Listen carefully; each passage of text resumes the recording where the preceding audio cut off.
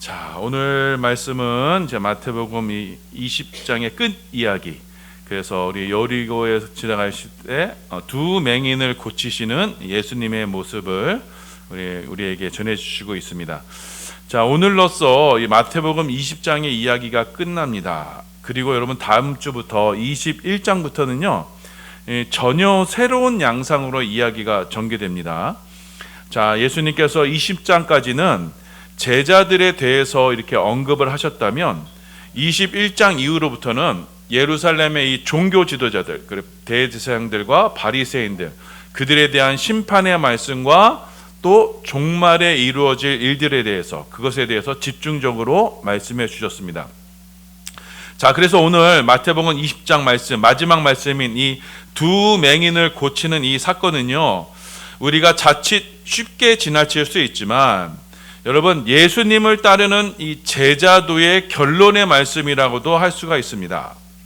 누가 예수를 따르는 제자인가? 어떻게 우리는 예수를 따르는 제자가 될 수 있는가?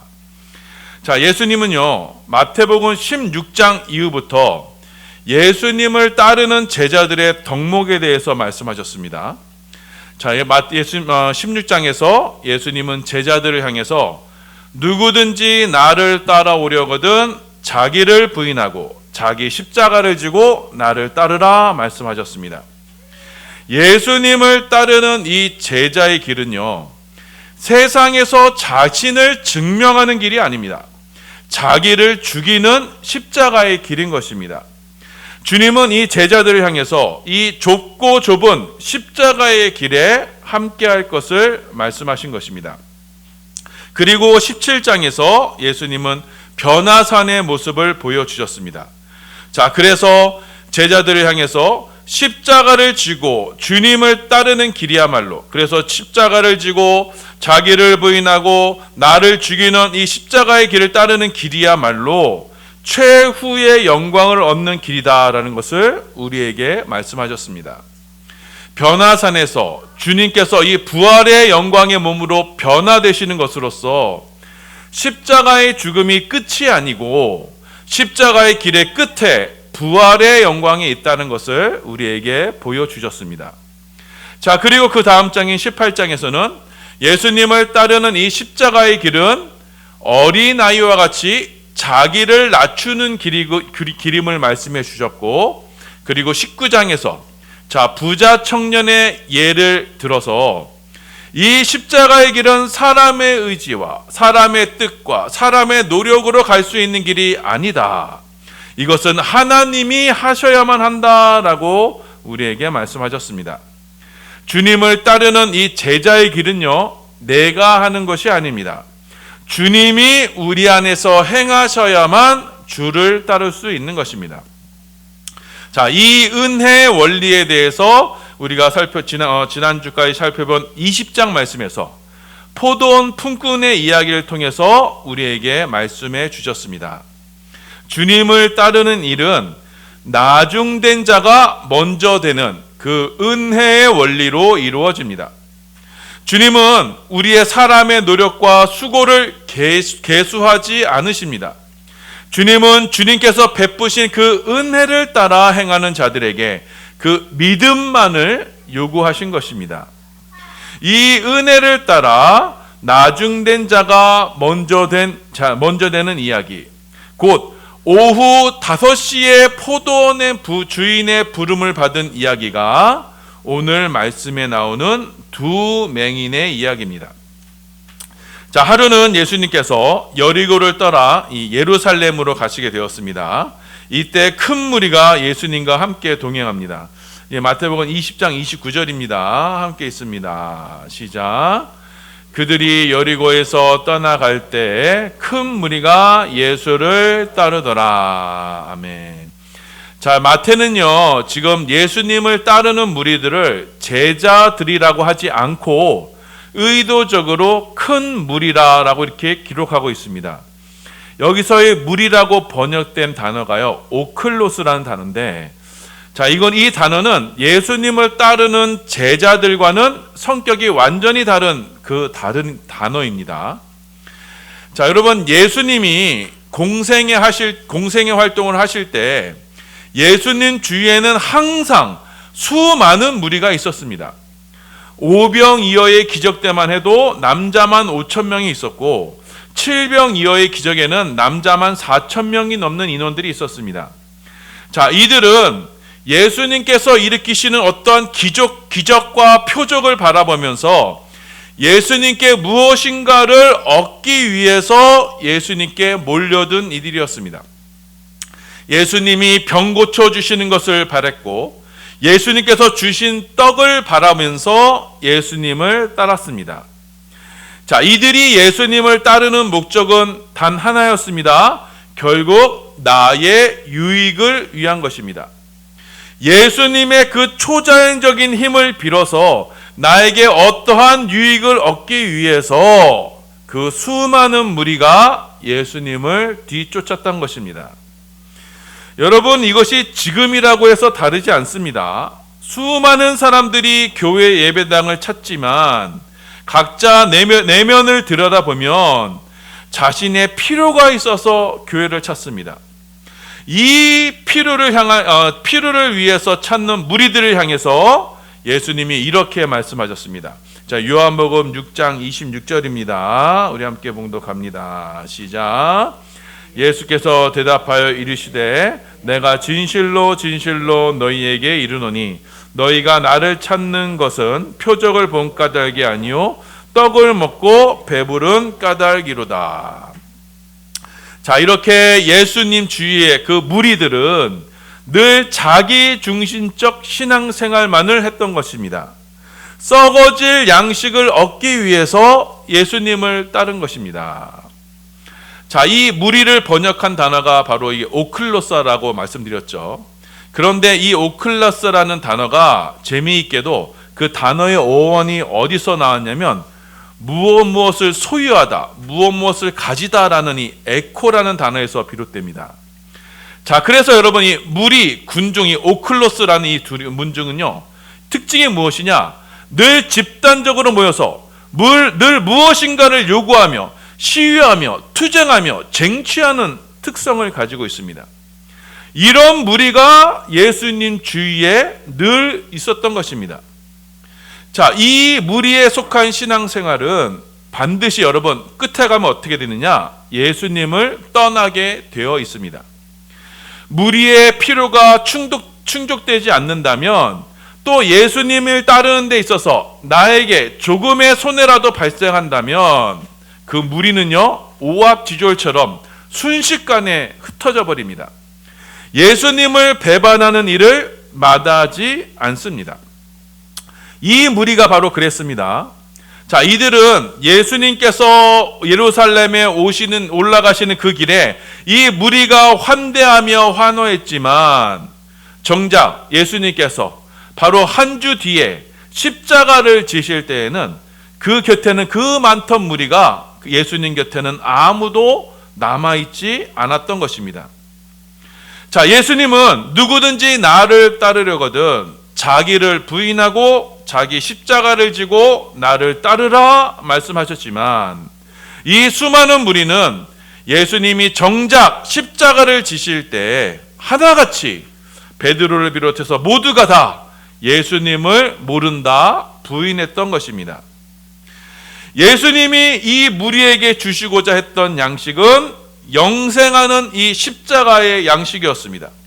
예수님의 제자가 되어서 예수님의 십자가와 함께하는 그런 영생을 얻게 하시기 위해서 예수님은 십자가의 길을 걸어가셨던 것입니다. 자, 그런데 무리들은 예수님이 주시고자 하신 이 십자가의 양식을 거절합니다. 내가 당신을 따라서 얻고자 한 것이 이 비참한 십자가가 아니야 하면서 그 많던 사람들, 예수님께 병고침을 받고 오병이어의 떡을 먹고 귀신이 나가는 그런 경험을 했던 이들이 하나같이 예수님을 떠나버린 것입니다. 자, 그런데 여러분, 똑같이 예수님을 따르지만 제자들은 다릅니다. 자, 제자들은 예수님을 따를 때 주님의 명령처럼 자기를 부인하고 자기 십자가를 지고 주님을 따르는 이들입니다. 예수님이 가신 그 십자가의 길을 따라 이 땅에서 날마다 자기를 부인하며 그래서 날마다 나를 지워가는 그 십자가의 길을 따르는 것입니다. 자, 이들은요, 애초에 나의 필요와 나의 욕구를 위해서 예수님을 따른 것이 아니었기 때문에 이들이 예수님을 따름에 있어서 자신의 삶의 형편과 처지가 바뀌더라도 그 상황과 형편, 처지가 변하더라도 그들은 그것과는 상관없이 오직 주님만을 바라며 주님만을 따르게 됩니다. 자, 이들은 나의 필요가 아닌 예수님의 필요를 먼저 헤아리는 이들입니다. 주님께서 명하신 그 사명을 따라 살아가는 이들인 것입니다. 이들이 바로 제자들인 것입니다. 우리 골로새서 1장 24절입니다. 함께 봉독합니다. 시작. 나는 이제 너희를 위하여 받는 괴로움을 기뻐하고 그리스도의 남은 고난을 그의 몸된 교회를 위하여 내 육체에 채우느라. 이게 바로 제자의 모습인 것입니다. 자, 그래서 여러분, 제자라는 단어가요, 원어로 마테테스라는 단어인데, 자, 이 마테테스라는 단어에서 여러분 순교자를 뜻하는 이 마터라는 단어가 파생되었습니다. 자, 이 말은 무슨 뜻이냐? 예수님을 따르는 제자들은요, 곧 이 땅에서 내가 죽는 순교자라는 뜻입니다. 자, 이들은 내가 죽고 내 안에 살아계시는 그 그리스도를 따라 십자가의 길, 믿음의 길을 걷는 이들이 바로 제자들인 것입니다. 우리 빌립보서 1장 20절입니다. 함께 봉독합니다. 시작. 나의 간절한 기대와 소망을 따라 아무 일에든지 부끄러워하지 아니하고 지금도 전과 같이 온전히 담대하여 살든지 죽든지 내 몸에서 그리스도가 존귀하게 되게 하려 하나니. 살든지 죽든지 그것과는 상관없이 오직 주님만이 존귀케 되는 그 길을 따르는 것이 제자들인 것입니다. 자, 예수님은 바로 이 제자의 길을 우리에게 걷도록 명령하신 것입니다. 나의 유익을 위해서, 나의 필요를 얻기 위해서 예수를 따름이 아니요, 나를 버려 주님을 위해 헌신하는 그 제자의 길, 십자가의 길을 따르도록 명하신 것입니다. 여러분, 이 길은요, 좁고 협착합니다. 그래서 찾는 이가 적습니다. 하지만 여러분, 이 길은 우리를 생명으로, 영생으로 인도하는 길입니다. 십자가의 고난 후에 그 부활의 영광을 누리는 길인 것입니다. 자, 그런데 안타까운 것은 이 제자의 길을 걷는 이들이 극히 적다는 것입니다. 오늘날에도 예수님을 따른다고 수많은 무리가 있지만 십자가와는 상관없이 예수님을 따릅니다. 그렇게 예수님 주위에는 수많은 무리가 십자가의 주님과는 상관없이 주님을 따르고 있을 때, 그때 두 맹인이 예수님의 소식을 듣게 되었습니다. 예수님이 지나가신다는 소식을 듣고 두 맹인은 고래고래 소리를 질러 예수님을 부릅니다. 예수님, 예수님, 우리를 불쌍히 여기소서. 다윗의 자손이여, 우리를 불쌍히 여기소서.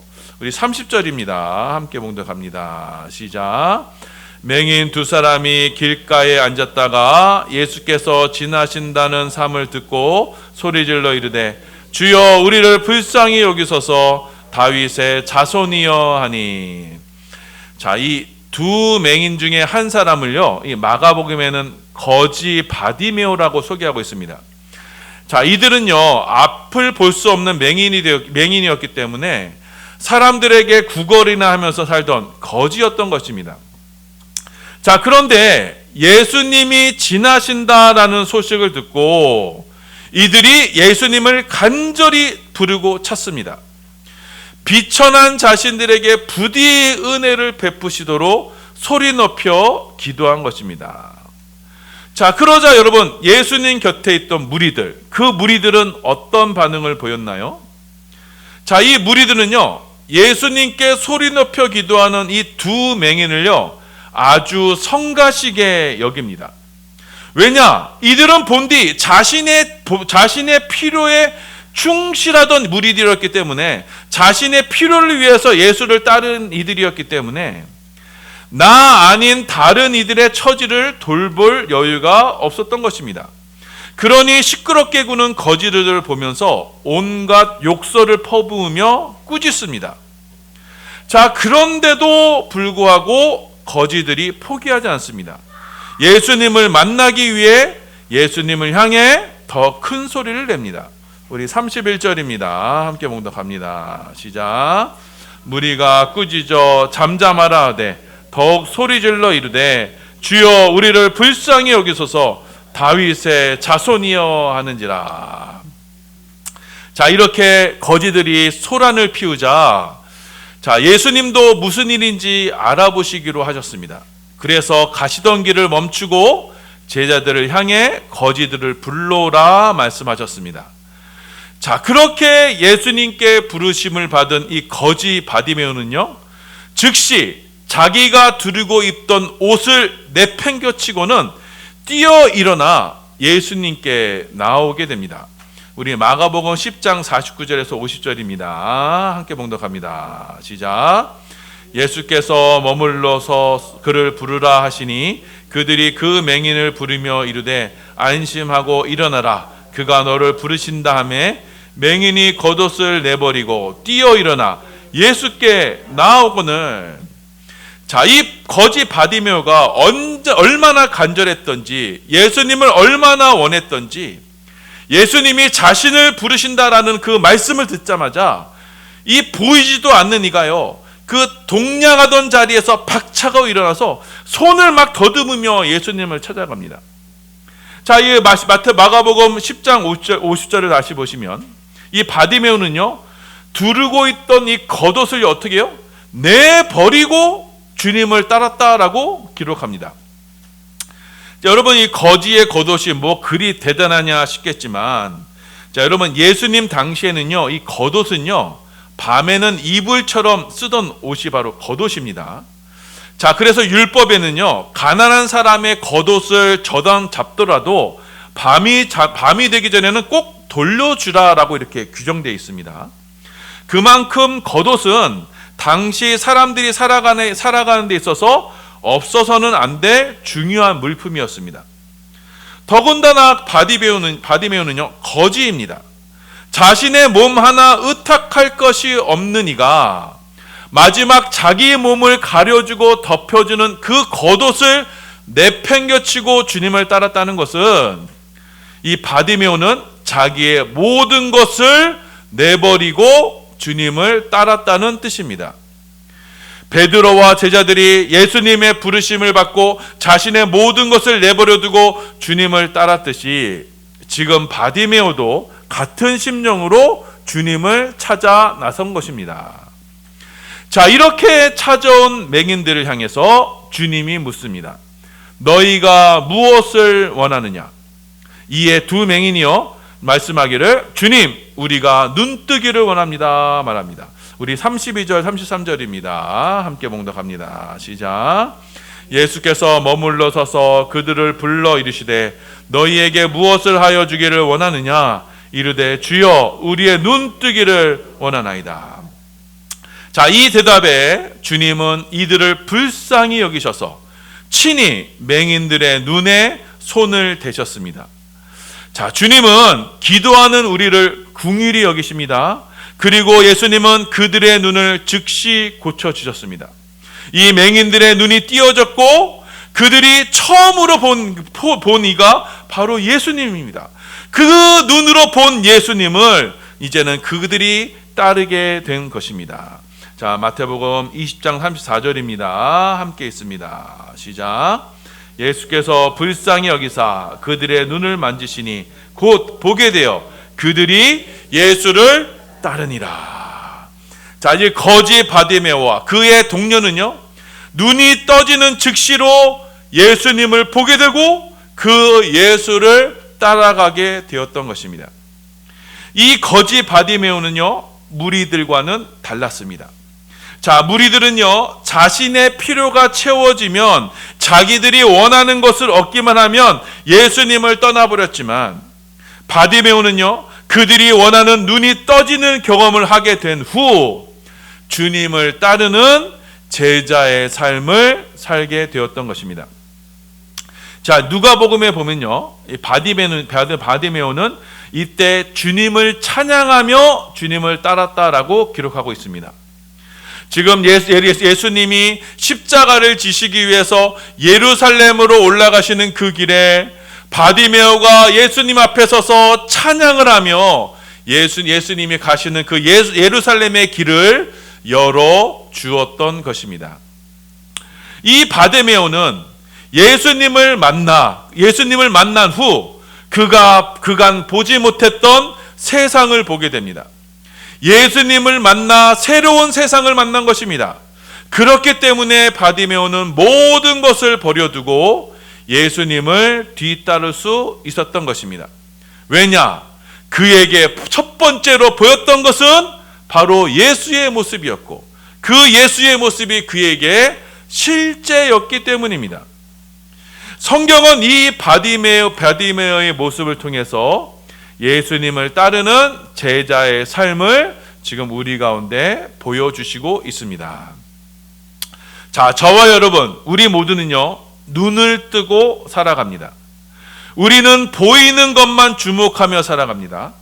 자, 그런데 성경은 우리에게 말씀하시기를 이 보이는 세계에만 집착해서 보이는 것만을 주목해서 보이지 않는 세계를 못 보는 그들이 진정한 맹인이다 라고 우리에게 말씀합니다. 눈은 뜨고 있는데 믿음의 세계를 보지 못하는 것입니다.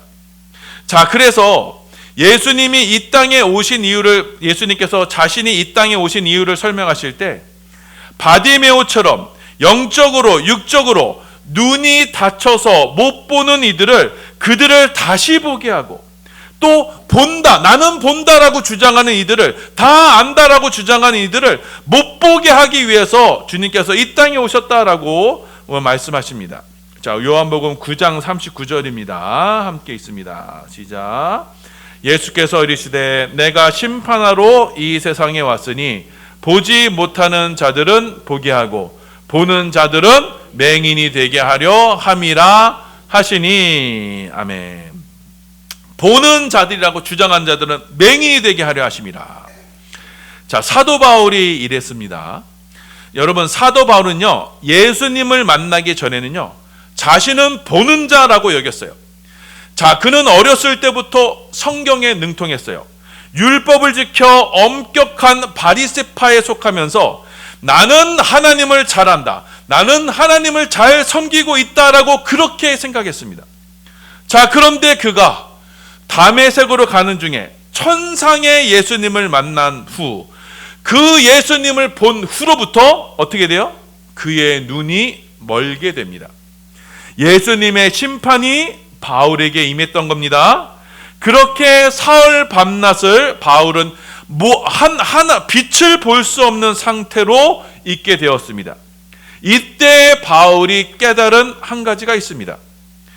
그가 율법을 지켜 나는 하나님을 알고 있다라고 자부하던 나 자신이 내가 진짜 맹인이구나, 내가 진짜 보지 못하는 맹인이구나, 하나님을 섬긴다고 열심을 부렸지만 그건 도리어 하나님을 방해하고 하나님이 보내신 메시아를 박해하는 일이었구나. 내가 다메섹 도상에서 진짜로 봤던 그 세계, 그래서 빛난 태양보다 더 환란하게 빛나던 그 예수님의 얼굴에 있던 그 하나님의 영광, 나는 그것을 여태까지 보지 못하는 맹인이었구나. 바울은 맹인으로 있는 동안 그것을 깨달았던 것입니다. 자, 바울이 이렇게 자신이 그간 영적 맹인이었다는 것을 깨닫자, 자, 예수님은 아나니아를 이 바울에게 보내셔서 바울의 눈을 뜨게 하셨습니다. 그래서 바울이 눈을 뜬 그 순간부터 바울은 그가 보지 못했던 그 믿음의 세계, 그 영의 세계를 이제는 보는 자로, 믿음의 세계를 증거하는 자로 살아가게 되었던 것입니다. 자, 그래서 바울은 눈이 뜬 그 즉시로 예수를 증거하며 예수를 따라가는 제자가 된 것입니다. 자, 사도행전 9장 18절에서 20절입니다. 함께 봉독합니다. 시작. 즉시 사울의 눈에서 비늘 같은 것이 벗겨져 다시 보게 된지라. 일어나 세례를 받고 음식을 먹음에 강건하여지니라. 사울이 다메섹에 있는 제자들과 함께 며칠 있을새 즉시로 각 회당에서 예수가 하나님의 아들이심을 전파하니. 아멘. 자, 바울은 부활의 예수를 본 자로, 믿음의 눈을 열어 본 자로, 그때부터 그가 실제로 보았던 그 믿음의 세계를 증거하는 제자가 된 것입니다. 왜냐하면 믿음으로 이 실제를 본 이들에게는요, 모든 것을 버려두고 예수를 따르는 것만큼 자신의 인생에 가치 있는 것이 없다라는 것을 확신하기 때문입니다. 자, 그래서 믿음의 눈이 열려 하나님께서 보여주시는 이 영의 세계를 본 자들은 절대로 이 땅의 것만을 보는 맹인들과 같은 삶을 살 수가 없는 겁니다. 자, 그래서 주님으로 인해서 눈을 뜨게 된 그들이 바로 제자가 될 수 있는 겁니다. 주님이 눈을 열어 주실 때, 그래서 눈을 열어 이 보이는 세계가 다가 아니라는 것을 깨닫게 된 이들은 더 이상 이 세상에 보이는 것에 미련을 두거나 애착을 갖지 않게 되는 것이고, 그리고 자신이 보았던 그 영원한 나라, 영원한 세계를 소망하며 살 수 있게 되는 것입니다. 이 믿음으로 우리는 이 보이지 않는 세계의 실상과 증거를 얻어 이 땅에서 주님께서 명하신 제자에게 십자가의 길을 걸을 수 있는 것입니다. 그리하여 우리도 아벨처럼 하나님께 믿음의 예물, 믿음의 제사를 하나님께 드려 그 예물로 하나님께 의롭다 하심을 받는 믿음의 권속이 되는 것입니다. 우리 히브리서 11장 1절에서 4절입니다. 함께 봉독합니다. 시작. 믿음은 바라는 것들의 실상이요 보이지 않는 것들의 증거니 선진들이 이로써 증거를 얻었느니라. 믿음으로 보이는 세계가 하나님의 말씀으로 지어진 줄을 우리가 아나니 보이는 것은 나타나는 것으로 말미암아 된 것이 아니니라. 믿음으로 아벨은 가인보다 더 나은 제사를 하나님께 드림으로 의로운 자라 하시는 증거를 얻었으니 하나님이 그 예물에 대하여 증언하심이라. 그가 죽었으나 그 믿음으로써 지금도 말하느니라. 아멘. 자, 사랑하는 여러분, 오늘 말씀은 누가 예수를 따라가는 제자의 삶을 살 수 있는가 우리에게 말씀하시고 있습니다. 자, 지금도 수많은 무리들은 이 땅에 보이는 것만을 바라보며 예수를 따릅니다. 눈에 보이는 것이 전부인 것으로 여기며 그것을 얻기 위해 주님을 따릅니다. 자, 그런데 주님은 이 무리를 가리켜 뭐라고 말씀하십니까? 맹인이다 라고 말씀합니다. 믿음으로 보아야 하는 세계를 보지 못하는 자들이 진짜 맹인, 눈먼 자다라고 말씀합니다. 그래서 이들은 믿음의 눈으로만 보이는 그 실제를 보지 못하기 때문에 지금도 무리에 섞여 자신의 소유, 자신의 그 욕구만을 집착하며 살아가게 되는 겁니다. 자, 이들의 눈에는요, 예수님께서 지신 십자가는 어리석고 미련하게 보일 뿐입니다. 이 세상에 보이는 것만을 추구하며 살아가는 이들에게는 이 세상의 힘의 원리로는 결코 이 낮고 낮은 십자가의 길이 이해가 될 수 없는 것입니다. 자, 그러나 주님께서 그 손을 대시어 믿음의 눈을 뜨게 하신 이들에게는 이 십자가야말로 하나님의 구원이요 하나님의 능력임을 깨닫게 됩니다. 십자가에서 영원한 생명을 발견하고 십자가에서 영생하는 양식을 발견합니다. 십자가에서 그 부활의 생명과 영원한 나라를 보게 됩니다. 이 믿음이 실제가 된 이들에게는 이 세상의 그 어떠한 것도 미혹하거나 유혹할 수가 없는 것입니다. 영원한 나라가 저와 여러분의 심령 안에 믿음으로 매일매일 경험되고 그것이 믿음으로 매일 실제가 된다면 여러분, 이 땅에 그 무엇이 아쉬울 것이 있겠습니까? 곧 있으며 가게 되는 그 본향을 지금도 매일 누리는 이들이, 여러분, 몸이 좀 불편하면 어떻고 집이 좀 좁으면 어떻습니까? 곧 있으면 가게 되는 그 나라를 매일 맛보는 이들이 비록 삶의 형편이 어렵더라도 매일 그 나라를 설레임으로 기다리지 않겠습니까? 이들이 바로 세상이 감당치 못하는 믿음의 권속인 것입니다.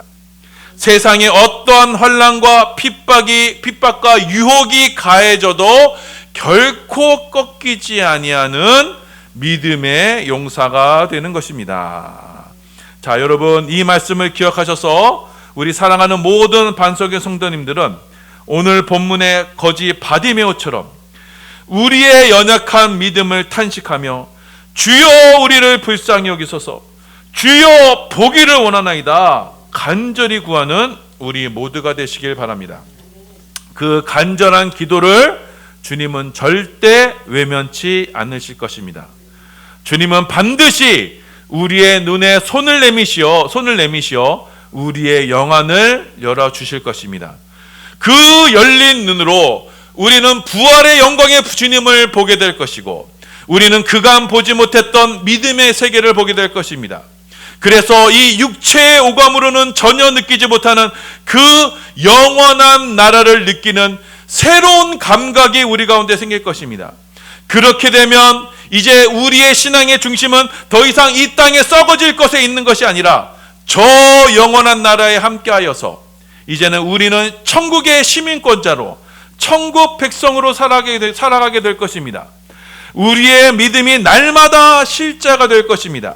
이 믿음으로 우리는 의롭다 여기심을 받아 하나님께 믿음의 제사를 드리며 하나님과 화평을 누리는 축복의 삶을 살게 될 것입니다.